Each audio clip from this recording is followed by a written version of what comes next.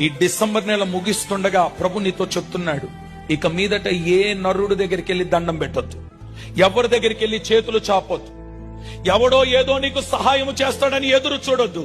ఒక్కటి గుర్తుపెట్టుకో, నీ మధ్యలోనే ఉన్నాడు ఆయన.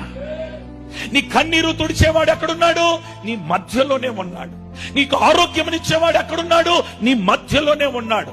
నీ బ్రతుకును మార్చగలిగిన దేవుడు ఎక్కడున్నాడు? నీ మధ్యలోనే ఉన్నాడు. నీ కుటుంబాన్ని నిలబెట్టగలిగిన దేవుడు నీ మధ్యలోనే ఉన్నాడు.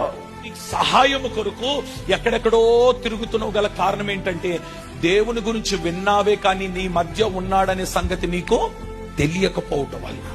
నీ పరిస్థితులు ఎలాగున్నాయనంటే, ఎంత కాలము మందిరానికి వచ్చినా దరిద్రము, శాపము నీ కుటుంబాన్ని తరుముతా ఉంది గల కారణం ఏంటంటే, విన్నావే కానీ నీ మధ్యలో ఉన్న దేవుని కన్నులతో చూడలేకపోతున్నావు.